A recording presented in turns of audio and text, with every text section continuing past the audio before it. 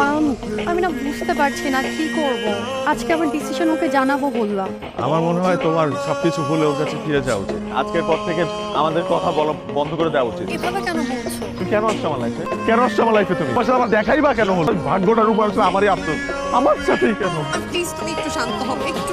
দুদিন যাবো আমি ঘুমাইতে পারি না। আজকে বলছি স্বপ্ন দেখি বন্ধ হয়ে আছে, আমি কিছু খেতে পারি না। তুমি এগুলো বুঝবা, তুমি বুঝবা কিভাবে? তুমি শুধু নিজের প্রয়োজনটা বোঝো। মানুষ দিনের পর দিন তোমার সাথে কোনো স্বার্থ ছাড়া, কিন্তু তুমি এই মানুষটাকে দেখতে পারো ভাবলে না। তো আজকের পর থেকে তুমি আমার কোনো ফোন দিও না, আমার সামনে এসো না, আমার সাথে কথা বলবো না প্লিজ। লাইফ নিয়ে তুমি থাকো, আমার লাইফ নিয়ে আমাকে থাকতো না।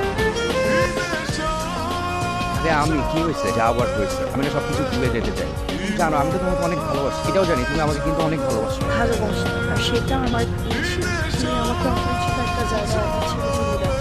তুমি জানো পৃথিবীতে কোটি কোটি মানুষের মাঝে কেউ একজন আছে সবসময় তোমাকে নিয়ে ভালো, যে তোমার হাসিতে হাসি, আবার তুমি দুঃখ পেলে সে কাঁদে, যখন সে তোমার পাশে থাকবে নিজেকে সবচাইতে হ্যাপি মানুষ মনে হবে। আবার সে যখন চলে যাবে অনেক মানুষের ভিড়ে নিজেকে একা মনে হবে।